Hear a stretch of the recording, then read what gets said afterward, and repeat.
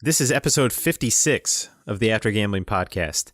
And in this episode, we are going to challenge the long-standing belief of gambling as entertainment.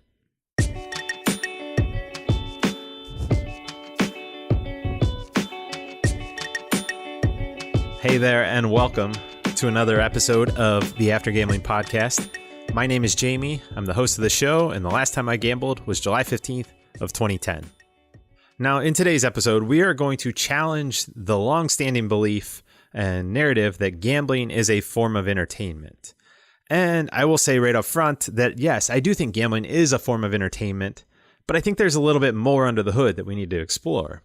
And I think this is an especially important topic to talk about because so often, as you've heard me talk about on this podcast before, we look back at gambling, and part of the struggle to give it up is that we felt like we really enjoyed it. Whatever the game was, we really enjoyed that game. And you've heard me say on this podcast before that I really enjoyed poker and that if I could go play poker without having a gambling problem, that I would do it. And today I'm actually going to challenge my own belief that I've had in the past and say that I don't think that's true, actually. In fact, I don't think that I did enjoy poker. Now, before we dive into why I don't think that I enjoyed poker, let's talk about gambling as a form of entertainment. And the one thing that I think is important to do is to break it down into two parts. So when you gamble, there are two things at play, right? You have the game being played, the actual game, whether it's blackjack or roulette or in my case, poker. There's a game being played. Now, the second part of the game being played is that there's a wager amount. And everybody plays at all these different wagers. Now, we've heard before that as you go along, you need to increase your bets to increase the amount of dopamine hit that you get from placing that bet. And I think there definitely is some kind of chemical reaction at play. And there's been research that proves that, yes, you do need to have increasing bet sizes in order to trigger those dopamine responses in your brain. And so that's part of the addiction process. For this podcast, I think it's important to focus on those two areas, the game itself and the wager side. Now, on the game itself, this is the part that I don't dispute that, yes, there's an entertainment factor there. Especially, things like poker bring people together. There's that camaraderie. There's all that outside stuff in addition to the game. The game was a mental challenge for me. I've said before that I enjoyed kind of breaking down. It was that challenge of trying to take a set of circumstances and try to win, right? You're trying to beat other people at the game. And that's, in a lot of ways, poker is no different than Monopoly or playing any type of game, whether it's basketball, golf, whatever it is. You have this set of rules and you're playing against other people. Or even in a game like blackjack where you're playing against the house, you're trying to play a game with the goal of winning. And so there is that entertainment factor that comes from actually playing any type of game. And like I said, you have also the social factor with gambling, people that you're around. So there are all those things that play into the gambling as entertainment factor. But on the other side, you also have the wager side. And what we'll call that is kind of the risk taking. And I think for most gamblers, this is really the part that is the entertainment part, right? And that's really one of the reasons I believe that wager sizes start to go up is because you start chasing that risk. And the dopamine hit is from chasing higher and higher risk. Okay, I jumped off of this small little bench and I landed okay. Can I jump off of one that's 10 feet high? And so kind of those life risks that we have in life, and we're going through and we're always trying to push our limits. And that's really kind of the wager size, the bet size. That's where the entertainment comes in on that side of things. And I do think it's very important to separate these two things. Because so often, as was my case, I said, you know what? I really enjoy playing poker. I miss playing poker. And that's part of what keeps us in this cycle of addiction, is that we don't want to give something up that we really enjoyed. But when I break it down and I look back, okay, the game itself, I love the challenge, as I said earlier. And I loved kind of coming together with friends. Now, the question I ask myself is, then why didn't you like it if you're only playing for $1? Or why didn't you play for free? And poker is one of those things you can say, oh, well, I'm free play. People don't value the chips. The chips don't have value, so they just play recklessly. First of all, if everybody's playing just the game and you take the value out of it, it's like Monopoly. If somebody's reckless, that helps you win, right?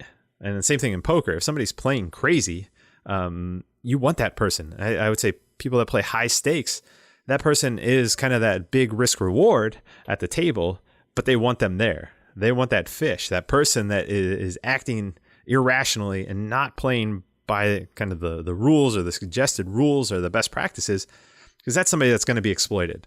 They may win short term, but that person's always going to be exposed long term. So like I say, back to free play, if somebody's playing like that, and if all I'm doing is if I just really enjoy playing the game and trying to accumulate the most chips, but the chips have no value, it's just kind of to win the actual game, the game of poker, then the wager side doesn't matter. I should really enjoy playing poker with my friends if it's just for $1. But that wasn't the case. So that really got me thinking, you know what? I didn't really love poker, because if I would have loved poker, I would have gone on and played for free. I would have gone on and played for $1, because I didn't have a lot of money. And when I didn't have several $100s or thousands of dollars to go to play poker, I didn't go because I couldn't play at a stake that was high, that I felt like I enjoyed. And I thought I enjoyed poker only at those certain stakes. But the reality is, the part that I enjoyed was the wager size, the risk taking, that spending money with the thought of making more money. And so when you look at it and you say, okay, that's the side that I was going after, then all of a sudden the love of the game is just this arbitrary thing, this meaningless thing that we use to justify our behavior that we know is irrational, that we know is just kind of a crazy thought. Why would I go out and, for me, I wouldn't play slots because I wasn't going to waste my money on slots, right? But the reality is, slots offer me that same risk capabilities.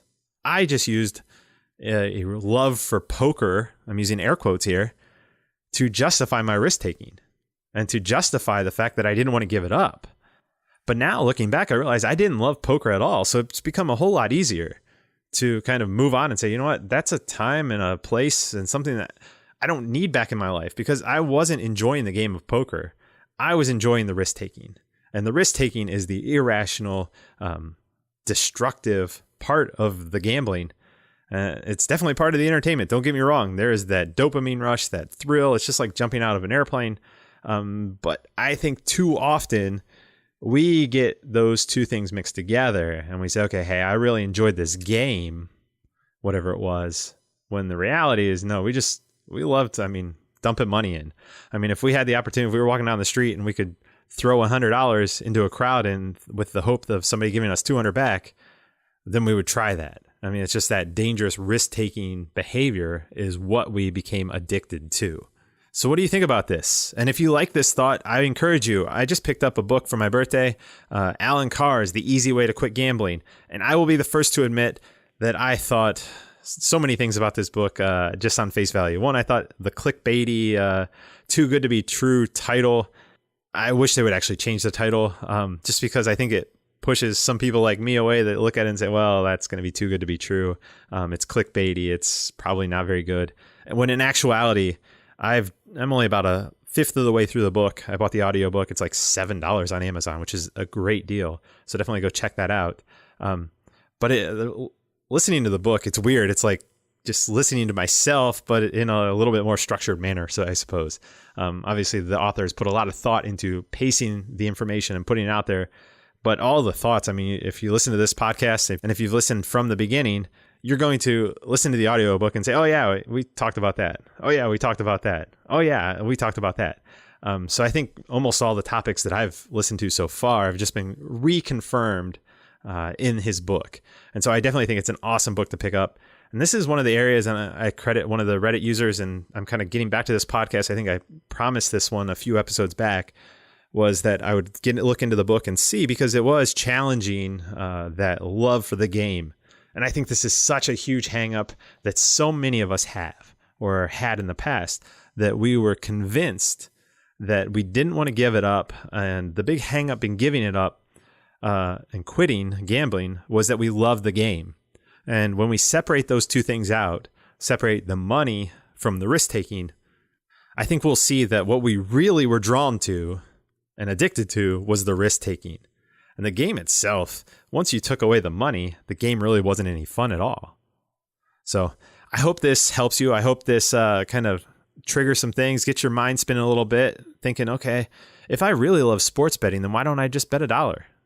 Because if you love sports betting, then you'll just bet $1, because doing the research and all that type of stuff that goes into it, the goal of it is just to try and see if you can win, if you love the game. But if it's all about the money, then that's a whole different thing. And I think that's also, we can agree that chasing that risk, chasing that high from the risk is extremely dangerous. And that's a part of entertainment that gets out of control. And I don't think the industry would push, hey, risk taking as entertainment to that level that they do when it's a game and associated with a game. And I think that's part of the hook, is that we convince ourselves that we will miss the game. When the reality is, if we ask ourselves, if we quit, would we miss chasing that risk and trying to throw $100 in to try and make 500? The reality is, no, we don't miss that part of it. So it makes it a whole lot easier to quit, a whole lot easier to stay quit and say, I don't need to go back to that because I didn't like it as entertainment. It wasn't entertaining. I only did it because I thought it was a way to make money, a quick way to make money. And so once you look at gambling in that way, it loses its appeal because the house wins. The odds are stacked against you. So if you're looking for ways to make money, gambling is one of the worst ways to go about doing that. There are plenty of other better ways, like work, side hustles, all those types of things. Cutting your neighbor's grass is a whole lot better way to seek out making more money than gambling. That's it for today's episode. Let me know your thoughts on this. Do you agree? Do you think this is important, that we focus on splitting the entertainment of gambling and identifying the entertainment that we got from gambling, whether it was from the game itself or the wagering, the risk taking? Was this something that was helpful? Reach out to me, let me know. And then also, if you have been listening along, if you've gotten some value out of this and you haven't already, I would really, really, really appreciate if you could go on iTunes and rate and review the podcast. It helps other people find it. So yeah, any type of review. And I've been reading some of them, catching up, and I'm blown away by some of the comments.